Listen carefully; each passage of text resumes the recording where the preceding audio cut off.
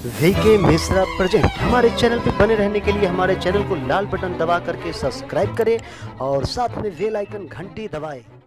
जय श्री राधे कृष्ण। आप सभी का हमारे YouTube चैनल पे बहुत बहुत स्वागत है। आइए आज सुनते हैं गोगा पंचमी की कथा। इसे गोगा पंचमी, भाई भिन्ना और जाहरवीर के नाम से भी जाना जाता है। गोगा पंचमी का व्रत, यह व्रत भाद्रपद माह के कृष्ण पक्ष पंचमी तिथि के दिन गोगा पंचमी का व्रत किया जाता है। इस दिन नागों की पूजा की जाती है। यह व्रत स्त्रियां अपने सौभाग्य की प्राप्ति के लिए, पुत्र की प्राप्ति के लिए तथा सर्प दंश से बचने के लिए इस व्रत को करती हैं। जो भी जातक, जो भी भक्त सच्ची श्रद्धा के साथ गोगा पंचमी का व्रत करते हैं, उन्हें सभी प्रकार के सुख और समृद्धि की प्राप्ति होती है और सर्पदंश का भय नहीं होता। इस दिन नाग पंचमी की तरह ही इस दिन नागों की पूजा की जाती है। इस दिन नागों को दूध पिलाया जाता है। इससे नाग देवता प्रसन्न होते हैं। दीवार पे 5 नाग देवता का चित्र बनाते हुए उन्हें इस दिन दूध चढ़ाया जाता है। इससे प्रसन्न होकर के सभी प्रकार के सुख और समृद्धि को प्रदान करते हैं।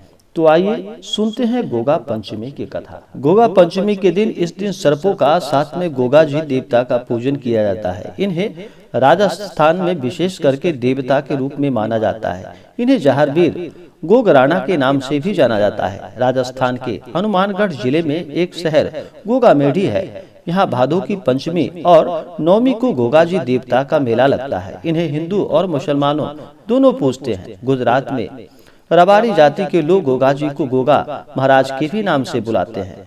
गोगा देव गुरु गोरखनाथ के परम शिष्य थे। उनका जन्म विक्रम संवत 1003 में चूरू जिले के दजरेवा गांव में हुआ था। सिद्ध वीर गोगा देव के जन्म स्थान राजस्थान से चूरू जिले के दत्तखेरा दजरेवा में स्थित है, जहां पर सभी धर्म और संप्रदाय के लोग वहां पर अपना सर टेकते हैं और उनसे आशीर्वाद प्राप्त करते हैं। इसी कथा में एक और पौराणिक कथा के अनुसार सर्पों को इस दिन भाई मानकर उनका पूजन किया जाता है और इससे सर्प आशीर्वाद प्रदान करते हैं। प्राचीन काल में एक सेठ जी थे, जिनका की 7 पुत्र था। 7 के विवाह हो चुके थे। सबसे छोटा पुत्र की पत्नी श्रेष्ठ चरित्र की विदुषी और सुशील थी, परंतु उसका भाई नहीं था। एक दिन बड़ी बहू ने घर लीपने को पीली मिट्टी लाने के लिए सभी बहुओं के साथ चलने को कहा, तो सभी धलिया और खुरपी लेकर मिट्टी खोदने लगे। तभी वहां एक सर्प निकला, जिसे बड़ी बहू खुरपी से मारने लगी। यह देखकर छोटी बहू ने उसे रोकते हुए कहा कि इसे मत मारो, यह बेचारा निरपराध है। यह सुनकर बड़ी बहू ने उसे नहीं मारा। तब सर्प एक ओर जाकर बैठ गया। तब छोटी बहू ने उससे कहा कि मैं अभी लौटकर आती हूँ, तुम यहाँ से जाना मत। यह कहकर वह सबके साथ मिट्टी लेकर घर चली गई और वहाँ कामकाज में फंसकर सर्प से जो वादा किया था वह भूल गई। उसे दूसरे दिन जब वह बात याद आई तो सबको साथ लेकर वहाँ पहुँची और सर्प को उस स्थान पर बैठा देखकर बोली कि सर्प भैया नमस्कार। सर्प ने कहा, तू भैया कह चुकी है, इसलिए तुझे छोड़ देता, नहीं तो झूठी बात कहने के कारण तुझे अभी डस लेता।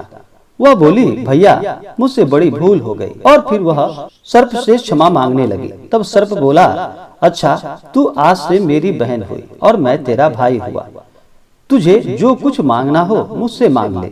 वह बोली, भैया मेरा कोई नहीं है, अच्छा हुआ जो तू मेरा भाई बन गया। कुछ दिन व्यतीत होने पर वह सर्प मनुष्य का रूप रखकर उसके घर पर आया और बोला कि मेरी बहन को भेज दो। सबने कहा कि इसका तो कोई भाई नहीं है। तो वह बोला कि मैं दूर के रिश्ते में इसका भाई हूँ, बचपन में ही बाहर चला गया। उसको विश्वास दिलाने पर घर के लोगों ने छोटी को उसके साथ भेज दिया। उसने मार्ग में बताया कि मैं वही सर्प हूँ, इसलिए तू डरना नहीं, और जहाँ चलने में तुझे कठिनाई हो वहाँ मेरी पूंछ पकड़ लेना। उसके कहे अनुसार ही वैसा किया और इस प्रकार वह उसके घर पहुँच गई। वहाँ के धन ऐश्वर्य को देखकर वह चकित हो गई। एक दिन सर्प की माता ने उससे कहा कि मैं एक काम से बाहर जा रही हूँ, तू अपने भाई को ठंडा दूध पिला देना। उसे यह बात ध्यान न रही और उससे गर्म दूध उसे पिला दिया, जिसमें उसका मुख बेहतर जल गया।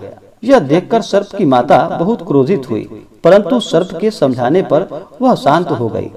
तब सर्प ने कहा कि बहन को अब उसके घर भेज देना चाहिए। तब सर्प और उसके पिता ने उसे बहुत सा सोना, चांदी, जवाहरात, वस्त्र, आभूषण आदि देकर उसके घर पर उसे पहुंचा दिया। इतना ढेर सारा धन देखकर बड़ी बहू ने ईर्ष्या के साथ कहा कि भाई तू बड़ा तेरा धनवान है, तुझे तो उससे और भी धन लेना चाहिए था। सर्प ने यह वचन सुना तो वह वस्तुएं सोने की लाकर दे दी। यह देखकर बड़ी बहू ने कहा कि इन्हें झाड़ने के लिए झाड़ू भी तो सोने की ही चाहिए। तब सर्प ने झाड़ू भी सोने की लाकर रख दी। सर्प ने छोटी बहू को हीरा मणियों का एक अद्भुत हार दिया। उसकी प्रशंसा उस देश की रानी ने भी सुनी और वह राजा से बोली कि सेठ की छोटी बहू का हार यहाँ आना चाहिए। राजा ने मंत्री को हुक्म दिया कि उससे वह हार लेकर शीघ्र उपस्थित हो। मंत्री ने सेठ जी से जाकर कहा कि महारानी जी छोटी बहू का हार पहनेंगी, वह उससे लेकर मुझे दे दो। सेठ जी ने डर के कारण छोटी बहू से हार मंगवाकर दे दिया। छोटी बहू को यह बात बहुत बुरी लगी। उसने अपने सर्प भाई को याद किया और आने पर प्रार्थना की कि भैया, रानी ने हार मेरा छीन लिया है, तुम कुछ ऐसा करो कि जब वह हार उसके गले में रहे तब तक के लिए वह सर्प बन जाए और जब वह मुझे लौटा दे तब हीरो और मणियों का हो जाए। सर्प ने ठीक वैसा ही किया। जैसे ही रानी ने हार पहना वैसे ही वह सर्प बन गया। यह देखकर रानी चीख पड़ी और रोने लगी। यह देखकर राजा ने सेठ के पास खबर भेजी कि छोटी बहू को तुरंत भेजो। सेठ जी डर गए कि राजा न जाने आखिर क्या करेगा। वे स्वयं छोटी बहू को साथ लेकर उपस्थित हुए। राजा ने छोटी बहू से पूछा कि तूने क्या जादू किया है, मैं तुझे दंड दूंगी। छोटी बहू बोली कि हे राजन, इस दृष्टता के लिए मुझे क्षमा कीजिए। यह हार ही ऐसा है कि मेरे गले में हीरो और मणियों का रहता है और दूसरे के गले में सर्प बन जाता है। यह सुनकर राजा ने वह सर्प बना हार उसे देकर कहा कि अभी पहनकर दिखाओ। छोटी बहू ने जैसे ही उसे पहना वैसे ही हीरो और मणियों का हार हो गया। यह देखकर राजा को उसकी बात का विश्वास हो गया और उसने प्रसन्न होकर उसे बहुत सी मुद्राएं पुरस्कार स्वरूप दी। छोटी बहू वह अपने हाथ राजा ने वह पुरस्कार दिया था वह सभी को लेकर घर लौट आई। उसके धन को देखकर बड़ी बहू ने ईर्ष्या के कारण उसके पति को सिखाया कि छोटी बहू के पास कहीं से धन आया है। यह सुनकर उसके पति ने अपनी पत्नी को बुलाकर कहा कि ठीक ठीक पता कि यह धन तुझे कौन देता है। तब वह सर्प को याद करने लगी।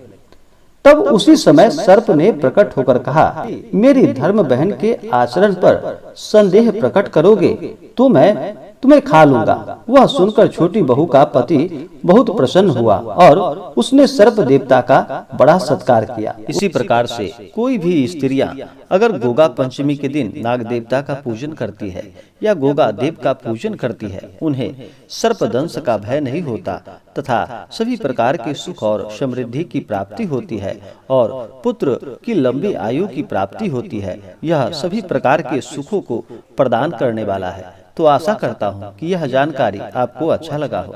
ऐसे ही ज्ञानवर्धक जानकारियाँ प्राप्त करने के लिए हमारे इस चैनल को लाल बटन दबा करके सब्सक्राइब करें, साथ में बेल आइकन घंटी दबाएं ताकि मेरे वीडियो का नोटिफिकेशन आपके पास सबसे पहले पहुंचे। वीडियो को लाइक और अपने मित्रों के साथ शेयर करें। सुखी रहें और स्वस्थ रहें। जय श्री राधे कृष्ण। धन्यवाद।